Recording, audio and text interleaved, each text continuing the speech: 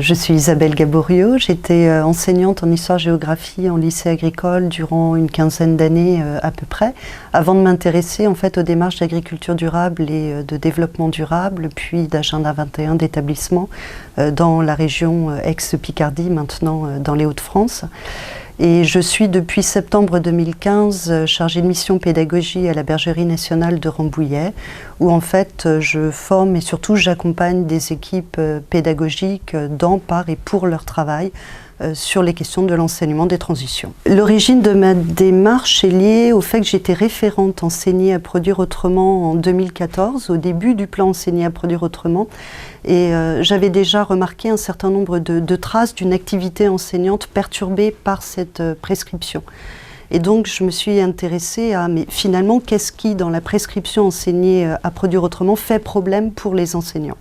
Finalement, ma problématique, ça a été d'analyser, pour le comprendre, le travail des enseignants, comment ils font avec cette prescription dans leur environnement qui est spécifique, comment est-ce qu'ils se sont appropriés cette prescription et comment ils la mettent en œuvre avec leurs élèves. Donc finalement, j'avais deux questions auxquelles je souhaitais répondre. Qu'est-ce qui rend la prescription Enseigner à produire autrement confuse et indéterminée pour les enseignants? Et puis d'autre part, comment est-ce que ils se l'approprient et la mettent en œuvre avec leurs élèves?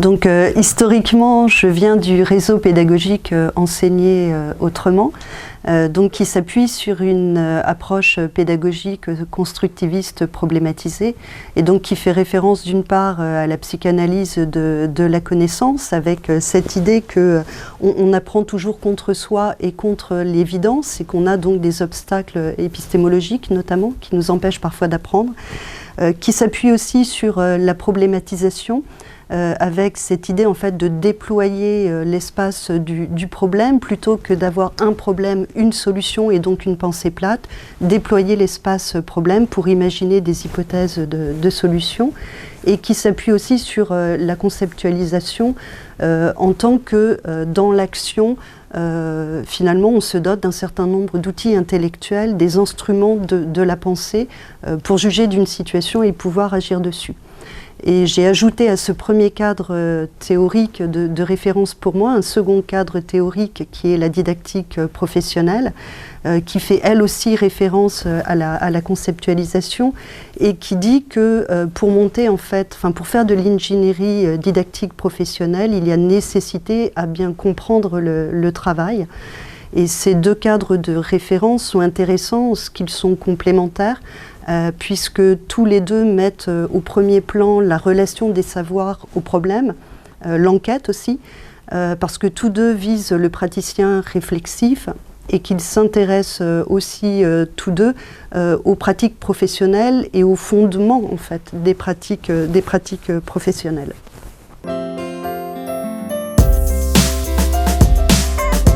Donc en fait, j'ai débuté la thèse il y a 5 ans, d'abord avec tout un corpus théorique autour de l'enseignement agricole, la manière dont l'enseignement agricole s'intéresse aux évolutions sociétales qui accompagnent les évolutions agricoles. D'autre part, avec aussi tout un corpus autour de la durabilité, qui est quand même la perspective de l'agroécologie, sur la transition agroécologique. Et puis, je me suis aussi servi de traces de l'activité, de manière de penser et d'agir d'enseignants qui est inscrit dans des dispositifs que le dispositif national d'appui suit. Et par ailleurs, je me suis aussi intéressée à des cas d'études où j'ai analysé en fait l'activité enseignante dans 4 établissements, en ayant d'abord des entretiens préalables avec les enseignants, en ayant ensuite un travail d'observation in situ sur des séances d'enseignement-apprentissage, et puis derrière des entretiens avec les élèves.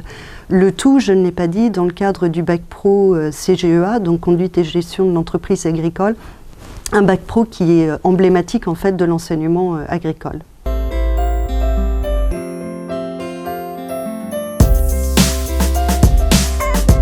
Les enseignants sont dans un système de tension relativement à la TAE pour plusieurs raisons.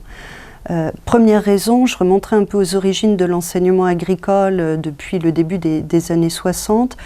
Cette idée que l'enseignement agricole, certes, forme, il a une obligation de formation générale et professionnelle, mais il a aussi une vocation à accompagner les transformations sociétales et agricoles en France. Et la dernière incarnation, c'est effectivement enseigner à produire autrement. Néanmoins, il y a quand même une historicité de cette histoire-là, et dans l'enseignement agricole, les questions de durabilité ont été très prégnantes depuis le début ou le milieu des années 90. C'était donc intéressant d'aller voir aussi la manière dont les enseignants se sont appropriés ces questions de durabilité. On voit bien que c'était compliqué pour eux parce que ce sont des notions hybrides, plutôt polysémiques. Et finalement, dans l'enseignement, ça s'est traduit de deux manières différentes. D'une part, de grands principes, les grands principes de la durabilité, et d'autre part, une exhortation à. Et donc, on a toujours cette prégnance de l'exhortation et de la sensibilisation à. Or, ce que nous dit le plan enseigner à produire autrement, c'est qu'on a quand même des changements très importants. D'une part, ce plan affirme un certain nombre de transitions. Donc la question des voies, la question des leviers, la question des verrous qui doivent aussi faire partie de l'enseignement, et puis un champ scientifique qui lui-même est en partie en cours de constitution aussi. Autre point qui me paraît important par rapport à l'agroécologie, c'est que l'agroécologie, c'est pas quelque chose d'univoque. Ce sont bien des mondes de l'agroécologie qui se côtoient, qui peuvent se référer à une durabilité faible ou à une durabilité forte. Et donc ça nécessite pour les enseignants et pour les élèves de se construire des repères. D'autre part parce qu'on a une recomplexification en situation de travail, puisqu'on a nécessité d'une part à changer, à articuler différentes échelles spatio-temporelles, de la parcelle au paysage, de l'avant à l'après la culture, et travailler avec un espace qui quelque part se densifie aussi en termes de processus. Donc on a un véritable défi cognitif qui est lié à l'accompagnement de la transition agroécologique, et d'autre part une recherche sans doute aussi de l'autonomie de l'agriculteur, autonomie de pensée et d'action, une recherche d'autonomie, de reprise en main en fait à la fois des pratiques et du métier. Et cette transition agroécologique, elle se fait aussi dans le cadre d'une réforme capacitaire engagée depuis à peu près 2008, mais desquelles les enseignants ne sont pas toujours forcément bien au fait, et qui se traduit, alors certes par des capacités professionnelles adossé à des situations professionnelles significatives, mais qui se traduit aussi par une tâche qui est de plus en plus discrétionnaire pour les enseignants. Discrétionnaire à trois titres. D'une part parce que les référentiels de formation ne donnent plus forcément les grands concepts, les grandes notions qui sont à travailler, parce que parfois ces savoirs sont liés à des situations spécifiques, donc on ne peut pas les retrouver dans les référentiels. D'autre part parce que c'est aux enseignants entre eux de se coordonner entre disciplines. Et puis troisièmement parce que on a de plus en plus d'enseignements qui sont laissés à l'initiative des établissements. Donc c'est une difficulté supplémentaire pour les enseignants. Et puis enfin, dans le cadre pour le coup très spécifique du baccalauréat professionnel, les enseignants se sont construits un schème qui oriente leur activité comme quoi les élèves seraient plutôt réfractaires à l'agroécologie d'une part, et comme quoi ils auraient un assez faible niveau de conceptualisation dans ce bac pro, d'où la difficulté pour les enseignants d'aller traiter de la complexité qui est inhérente à l'agroécologie. Et tout ça, ça fait qu'on a en fait trois systèmes de tension qui me paraissent importants pour les enseignants. D'une part, on passe bien de l'exhortation à tendre à la durabilité à l'aide à la prise de décision en situation professionnelle. D'autre part, on passe d'une intention à la mise en mouvement en fait, des élèves, ce qui est bien recherché, un élève en capacité de s'engager. Et puis enfin, on a une tension entre la visée de l'agroécologie, cette autonomie de l'élève, et ce que pensent les enseignants de la capacité de leurs élèves de Bac Pro à aller vers ce type de sujet.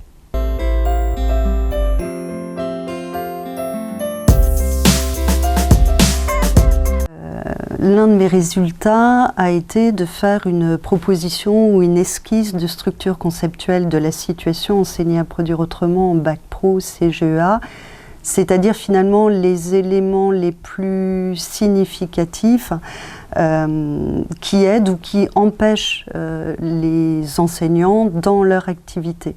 Donc ça correspond en fait aux concepts les plus fondamentaux qui peuvent guider et orienter leur action. Donc cette structure conceptuelle, elle se base d'abord sur 3 dimensions. Une dimension épistémique, une dimension de savoir autour de la transition agroécologique, une dimension que j'ai appelée pratique d'enseignement, qui sont plutôt liées aux pratiques des enseignants, et puis une 3e dimension qui est apparue de plus en plus importante au fur et à mesure de ma recherche, et qui est une dimension psycho-relationnelle, j'y reviendrai après. Et en fait, toutes les 3 sont évidemment imbriquées ou en tout cas interreliées. Donc pour la dimension épistémique, pour moi il y a 3 concepts en fait qui, selon qu'ils sont construits ou non, vont guider l'action des enseignants de manière différente. D'abord le concept même d'agroécologie. Est-ce qu'il a été construit ou non par les enseignants? Parfois il est nié. Certains enseignants peuvent parler d'agriculture durable, par exemple. Parfois aussi, l'agroécologie est réduite à un modèle. Très souvent l'agriculture biologique, parfois l'agriculture raisonnée. Et puis d'autres enseignants, par contre, ont véritablement construit l'agroécologie et donc sont plus en mesure d'aider leurs élèves à s'approprier ça. La deuxième chose concernant les savoirs, ce sont les savoirs qui sont liés à la transition. C'est-à-dire, est-ce que finalement on continue de travailler dans une perspective en réduisant le propos à de l'exhortation, ou bien est-ce qu'on travaille avec les élèves les voies de la transition agroécologique, les leviers, les nœuds éventuellement. Donc quelle prise en compte en fait de cette question des transitions pour aider l'élève à s'engager. Et puis le 3e point qui m'est apparu fondamental, c'est ce que j'ai appelé les savoirs situations, c'est-à-dire ces savoirs qui sont spécifiques à une famille de situations que je vais traiter et dont les enseignants ont la charge en fait d'aller les chercher. Donc est-ce qu'il y a une identification ou non de ces savoirs-là? Je pense dans l'un des cas par exemple, est-ce que l'enseignant s'est construit les conditions pour raisonner la fertilisation azotée? Donc c'est vraiment des savoirs spécifiques aux situations. Donc la deuxième dimension qui est relative plutôt aux pratiques d'enseignement, elle repose plutôt sur 4 concepts. D'une part, la visée des tâches qui sont données aux élèves. Est-ce que les tâches sont des fins ou des moyens? Parfois, les enseignants mettent les élèves en activité et ont une visée en fait transformatrice, mais l'activité prend le pas finalement sur ce qui était visé. Donc ça c'est vraiment important comme question à se poser pour les enseignants. D'autre part, la place qui est laissée ou non aux situations professionnelles dans les enseignements, donc la place qui leur est laissée, comment est-ce qu'on s'appuie ou non sur le vécu des élèves, la pédagogie de l'alternance. D'autre part, quelle est la place aussi de la diversité de ces situations-là dans les enseignements. Et puis enfin, est-ce qu'il y a abrégement ou non du potentiel problématique de la situation professionnelle qui est travaillée. Le troisième notion, troisième concept qui m'apparaissait importante, c'est autour de l'étayage. quelle place est réellement laissée aux élèves et notamment au raisonnement des élèves. Comment est-ce qu'on leur laisse ce temps-là dans les enseignements? Quelles sont aussi, quelle est la nature des interactions entre les enseignants et les élèves? Est-ce qu'on est sous des formes de tutelle, sur des formes de médiation? Et puis surtout, est-ce qu'il y a ou non institutionnalisation d'un savoir à l'issue d'une séance, à l'issue d'une séquence? Est-ce qu'on donne de la valeur à un moment donné à un savoir? Ou est-ce que c'est aux jeunes finalement de faire le tri de ce qui paraît important, de ce qui l'est moins? Et puis enfin, la quatrième chose importante en termes de pratique d'enseignement est plutôt liée à la visée éducative qu'ont les enseignants, mais ça j'y reviendrai plutôt sur la dimension psycho-relationnelle. Donc la troisième dimension est la dimension psycho-relationnelle. Et pour moi, elle est liée à deux choses. D'une part, la légitimité que s'octroient les enseignants, légitimité vis-à-vis de leurs élèves, légitimité vis-à-vis de leurs collègues et légitimité vis-à-vis du monde professionnel. Et d'autre part, elle est liée aussi à l'éducabilité que les enseignants accordent ou non à leurs élèves. Donc concernant la légitimité, on s'aperçoit que enseigner la transition agroécologique, c'est pas une évidence pour tout le monde. Certains me disent, mais dans agroécologie, il y a écologie. Je ne peux pas en parler à mes élèves, ça n'est pas possible. Et donc on a un certain nombre d'enseignants qui vont traiter d'agroécologie mais qui ne vont pas nommer l'agroécologie. Alors il ne s'agit pas de nommer dès le départ, il ne s'agit pas de définir dès le départ, mais à un moment donné, sans doute dans la formation, il est nécessaire de mettre les mots sur les choses. Cette légitimité, en fait, on peut la caractériser en regardant un certain nombre de choses, notamment quelle est la proximité avec les acteurs du monde professionnel. Ça, c'est par rapport à ce monde professionnel. D'autre part, est-ce qu'il y a une réelle coordination des enseignants entre eux, ce qui suppose aussi un pilotage pédagogique. Et le plus on aura un pilotage pédagogique fort et structurant, le plus on aura une légitimité entre enseignants par rapport aux élèves. On peut voir aussi cette légitimité dans les marges de liberté que s'octroient ou non les enseignants, ou bien dans les enseignements laissés à l'initiative des établissements, ou bien dans le design même qu'ils font des situations d'apprentissage. Et puis enfin, on peut aussi la caractériser au regard de la partialité ou de la neutralité des enseignants par rapport à leurs élèves. Quant à l'éducabilité, on revient là sur cette question des bacs pro. Les bacs pro sont-ils finalement éducables? Et on peut le voir de plusieurs manières. On peut l'analyser en regardant l'intérêt qui est porté par les enseignants au système de connaissances de leurs élèves. Comment est-ce qu'ils s'appuient sur ce système de connaissances? La place qui est laissée à l'activité constructive de ces mêmes élèves au sein de la séance et de la séquence. Est-ce qu'il y a une recherche d'instrumentation de l'élève? Alors je dis instrumentation au sens de Rabardel, c'est-à-dire cette idée d'aider les jeunes à développer des savoirs instruments, des outils intellectuels qui leur permettent de raisonner. Est-ce qu'il y a aussi une mise en enquête des élèves? On retrouve là la place qui leur est accordée ou non. Et puis, est-ce qu'il y a aussi une réelle attention qui est portée à l'environnement de travail, tout à la fois en termes de bienveillance, mais aussi en termes de sécurisation du parcours?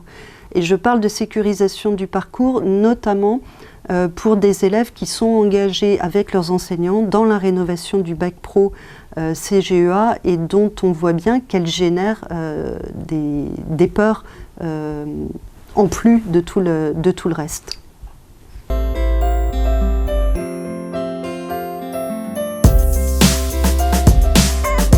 La puissance d'agir, c'est vraiment cette recherche de l'autonomie en fait, de l'élève et du futur professionnel. Je parle de puissance et pas de pouvoir. En ça, je fais des références à des auteurs très différents. D'une part Spinoza et d'autre part Catherine et Raphaël Larère. Spinoza, parce qu'il a été le premier à parler de la potentia, de la puissance, qui est l'art non pas de la maîtrise, mais du faire avec.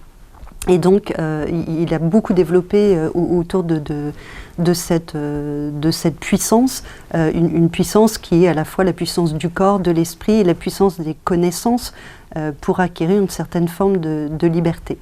D'autre part, Spinoza est aussi très intéressant en matière agroécologique parce que il interroge en fait la différence entre la morale et l'éthique. On voit bien qu'en matière de bien-être animal, c'est intéressant. Est-ce qu'on applique parce qu'on ne comprend pas ce qui est décidé par d'autres, ou est-ce qu'on interroge ses propres valeurs morales? Alors il est intéressant aussi en ce qu'il dit que la puissance, elle se développe dans les affects positifs et notamment dans le partage. Et on retrouve là la question des travaux entre pairs des élèves et des travaux entre pairs des enseignants et des formateurs au sein des équipes pédagogiques. Donc la puissance, c'est vraiment cet art du faire avec. Et on la retrouve aussi avec d'autres mots chez les Larère qui disent que dans l'art du faire, il y a deux manières de concevoir les choses. Celle du démiurge, qui là encore maîtrise et qui fait, et puis celle du pilote. Et le pilote, lui, il doit faire avec la nature, il doit faire avec les processus écologiques. Et on retrouve dans le pilotage la question de la puissance et de cette capacité à faire avec les autres.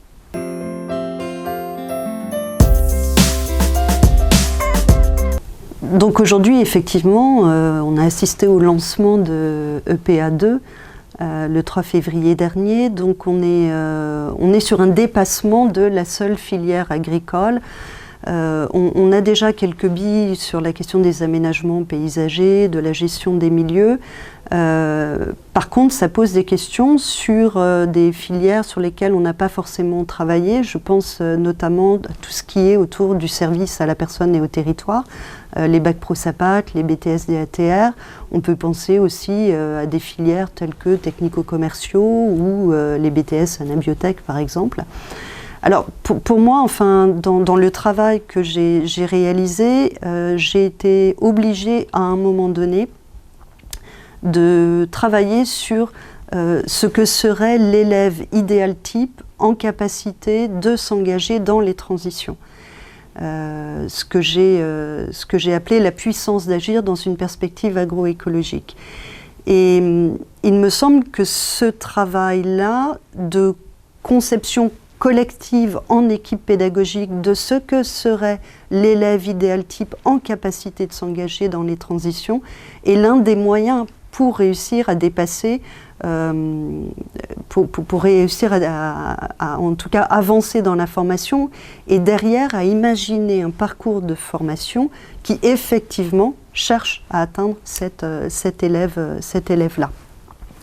Après, ce qui reste extrêmement compliqué, c'est qu'on voit bien qu'on est sur des temporalités très différentes, avec d'une part des climatiques en termes de biodiversité qui sont extrêmement importantes et une accélération quelque part de ces urgences depuis 3-4 ans, et dans le même temps, sans doute une temporalité plus longue dans le changement de paradigme, dans les changements de pratiques, qu'ils soient de pratiques agricoles ou de production, ou qu'ils soient de pratiques enseignantes.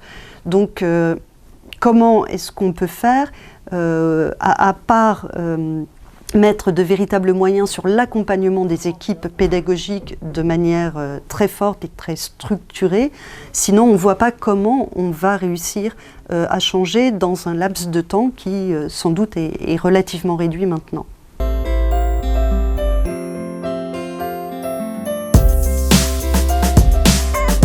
Alors par rapport à la structure conceptuelle de la situation et la manière dont on peut l'utiliser en accompagnement, il me semble que déjà nommer les difficultés des enseignants, évidemment pas de tous, hein, mais de ce qui ressort du panel, nommer et donner à voir, c'est déjà une manière d'aller réinterroger ça et derrière d'interroger les leviers qui sont utilisés par les enseignants. On a fait ce travail lors du séminaire final de l'un des dispositifs qu'on a accompagné. Et finalement, d'une part, c'est quelque part rassurant pour les enseignants de voir que leurs difficultés sont partagées par un certain nombre de leurs collègues. Et ensuite, de pouvoir aller travailler les leviers. Je pense notamment à des enseignants qui disent effectivement, moi je ne me sentais pas forcément légitime à aller traiter d'agroécologie, en tout cas d'entrée de jeu. Donc finalement, j'ai fait le choix d'aller voir d'autres pratiques professionnelles qui ne concernent pas directement mes élèves, pour essayer d'aller voir avec eux quels sont les enjeux. En ayant fait ce pas de côté, je peux revenir à la question agricole, parce que je ne suis pas en train de faire de l'agribashing. D'autres nous ont dit, finalement, effectivement, moi je n'arrive pas à nommer d'entrée de jeu des pratiques agroécologiques. Par contre, je fais en sorte que mes élèves en côtoient un maximum, et à un moment donné, avec eux, je fais le tri dans ces pratiques, celles qui relèvent plutôt du court terme et de la parcelle, celles qui relèvent plutôt du long terme, du changement de rotation, d'une reconception des systèmes dans un territoire. Et à ce moment-là, je nomme et je mets des mots sur l'agroécologie.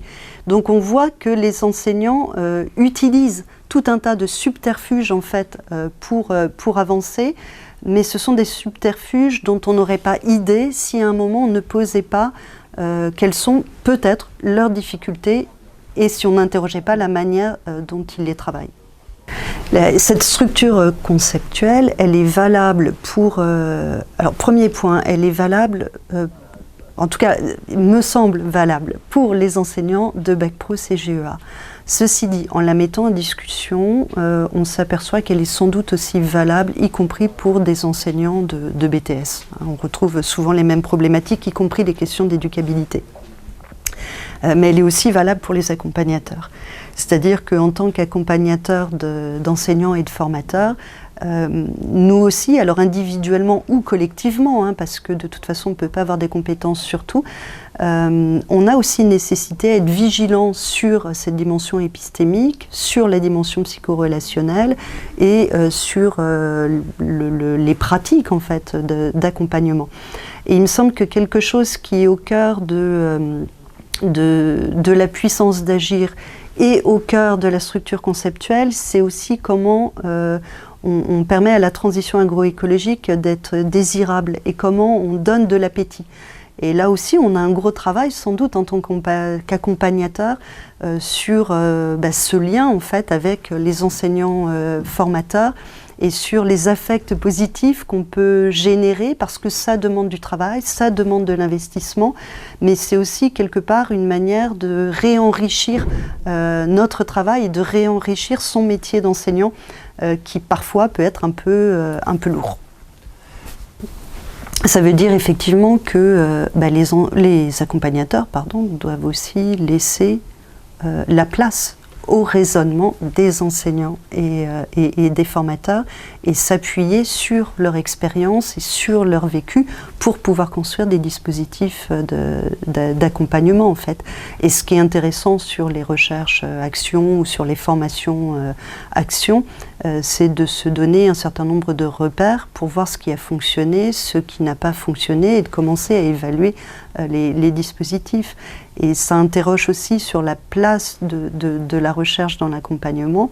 On a sans doute cru à un moment du plan Enseigner à produire autrement que la recherche, c'était de la recherche agronomique, voire un petit peu de sociologie.